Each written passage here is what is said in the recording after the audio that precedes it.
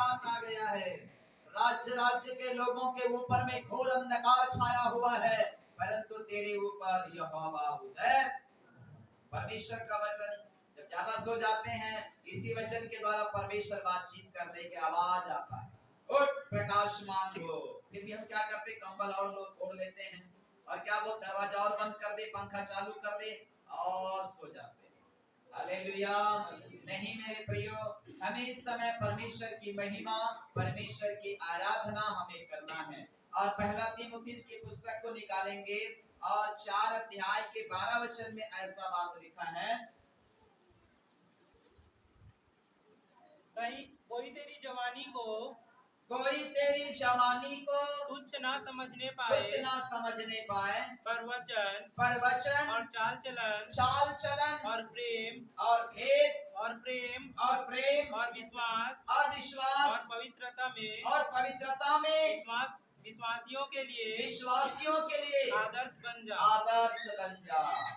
जवानी को कोई तुच्छ समझने ना पाए, तेरी जवानी को कोई तुच्छ समझने ना पाए, लेकिन क्या क्या बात लिखा है, पर वचन और चाल चलन और प्रेम और विश्वास और पवित्रता में विश्वासियों के लिए आदर्श बन जा। कितने प्रकार की गुण लिखा है। पहली बात वचन, चाल चलन। वचन हमें पढ़ना है, वचन के अनुसार अपने जीवन को जीना है, वचन पढ़ना है, वचन सुनना है, वचन के अनुसार अपने जीवन को ढालना है।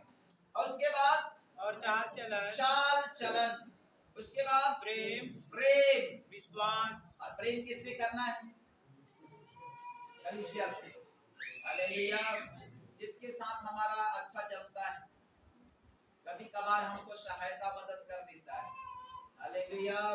लेकिन यीशु मसीह जो है अपने दुश्मनों से प्रेम करना ऐसा बताता है, बड़ा कठिन बात। अपने दुश्मनों से क्या करना, प्रेम। जो तुम्हारे लिए गड्ढा खोदता है उससे प्रेम करो, जो तुम्हारे लिए जाल बिछाता है उसके लिए प्रेम करो। बड़ा कठिन बात बोलता है। हालेलुया। और ये हो नहीं सकता है ना, जो हमारे लिए गड्ढा खोदे और हम उसको बोले भैया चाय पिएंगे आओ ना, क्या बोलेगा, दिमाग खराब है, उल्टा पड़ेगा ना तो होश में आएगा बोल। हालेलुया। और प्रभु यीशु मसीह बोलता है अपने दुश्मनों से प्रेम करो, अपने बैरी से प्रेम करो। हालेलुया। परमेश्वर का वचन हमें कायल कर देता है, परमेश्वर का वचन हमें तोड़ देता है, परमेश्वर का वचन हमें नम्र बना देता है, परमेश्वर का वचन हमें दीन बना देता है। और जब प्रार्थना करना चालू करते हैं तो परमेश्वर उस जगह में हमें सच में इस्तेमाल भी करता है। हालेलुया। इसलिए वहां दूसरा तीमुथियुस की पुस्तक 2 अध्याय और 22 वचन में ऐसा बात लिखा है, जवानी की अभिलाषाओं से भाग और जो शुद्ध मन से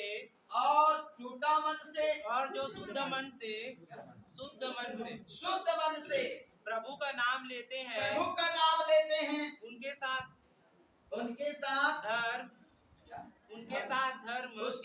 धर्म और विश्वास और प्रेम और मेल मिलाप का पीछा कर। जवानी की अभिलाषाओं से भाग और जो शुद्ध मन से प्रभु का नाम लेते हैं उनके साथ पीछा कर। हालेलुया।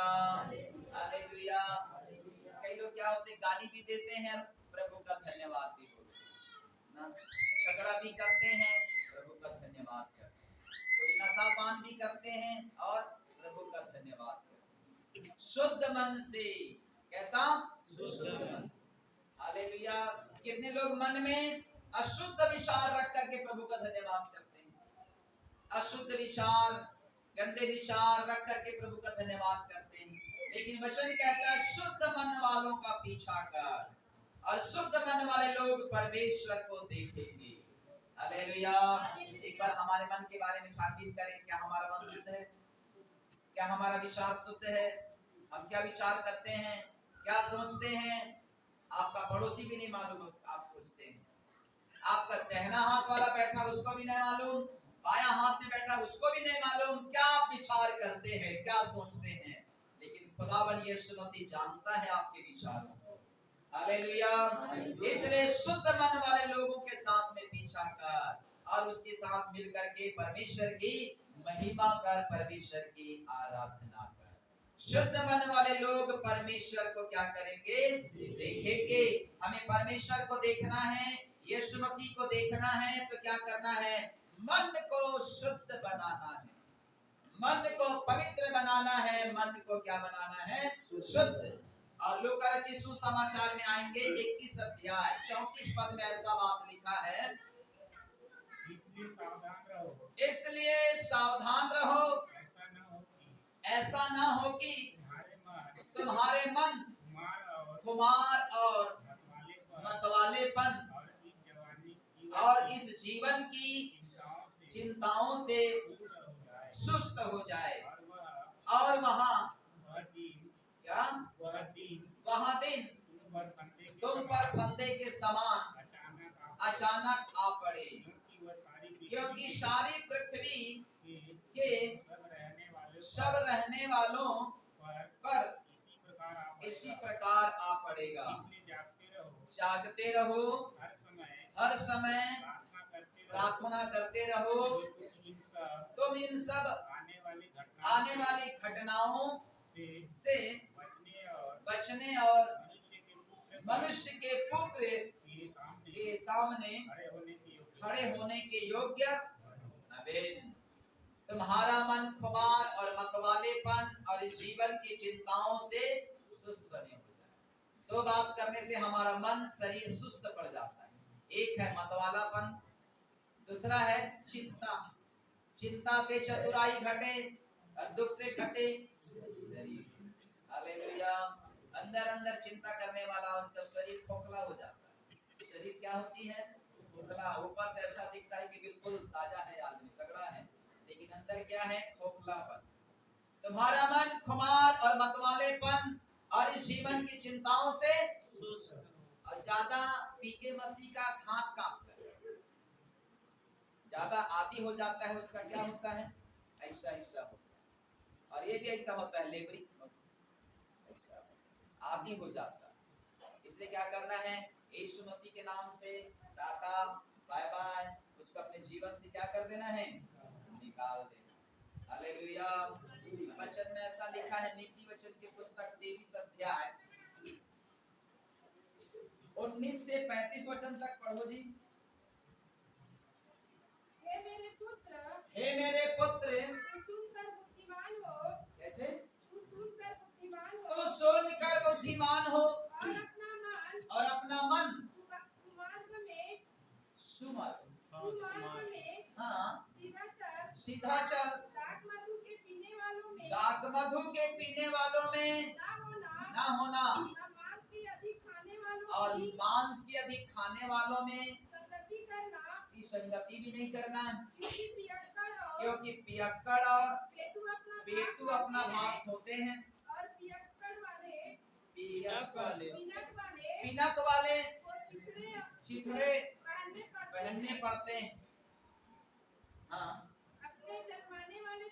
अपने जन्माने वाले पिता की सुनना, और जब तेरी माता बूढ़ी हो जाए तब भी उसे तुच्छ ना जानना, सच्चाई को मोल लेना, बेचना नहीं,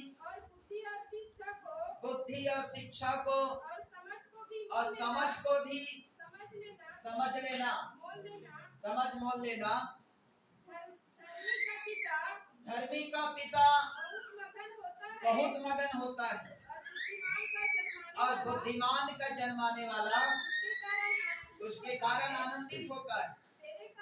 तेरे कारण तेरे माता पिता और तेरे जननी मगन हो।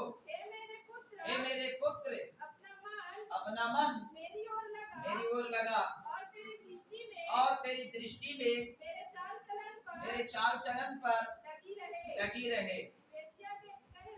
हाँ हाँ हाँ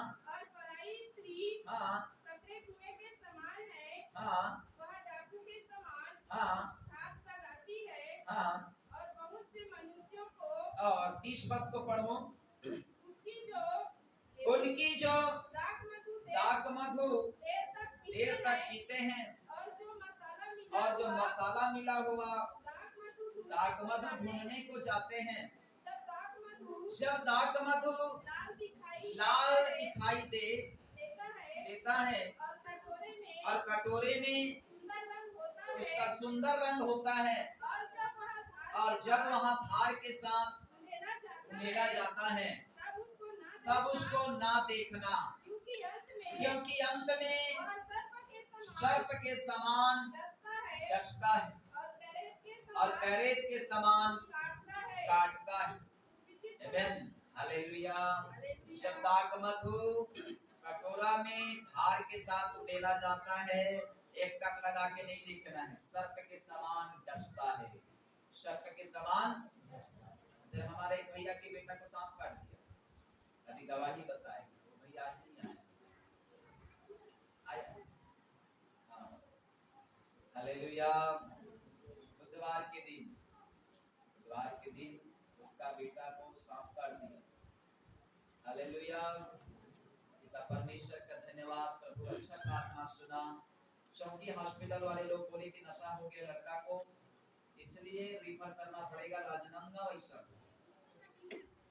और ये भैया ने फोन लगाया, ऐसी बात है भैया बोल कर।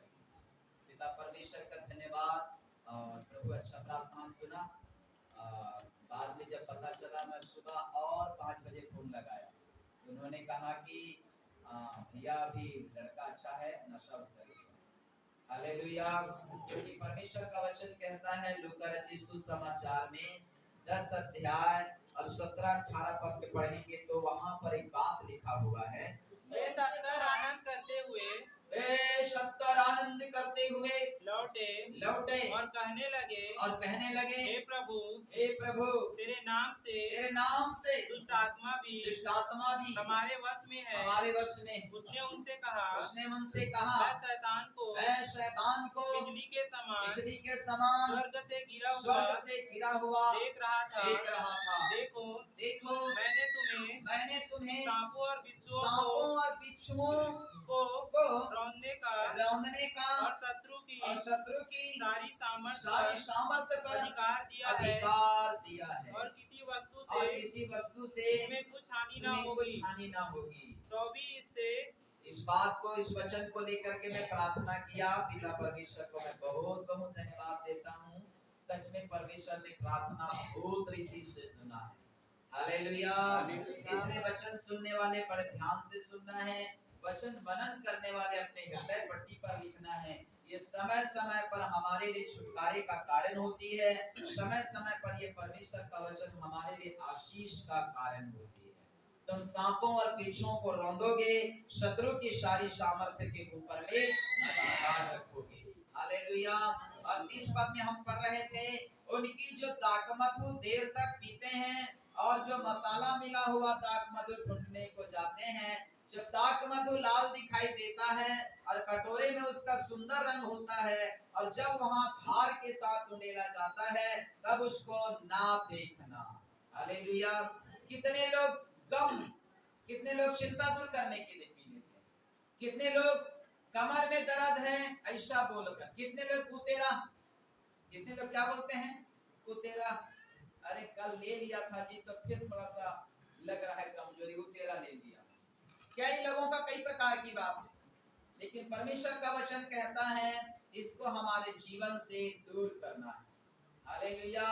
कितने लोगों के शरीर बर्बाद कर देती, खोखला बना देती, कैंसर के समान है, नरक के समान है, ये झगड़ा उत्पन्न कर देता है। नीचे में ऐसा कुछ बात लिखा है, पढ़ के देखो।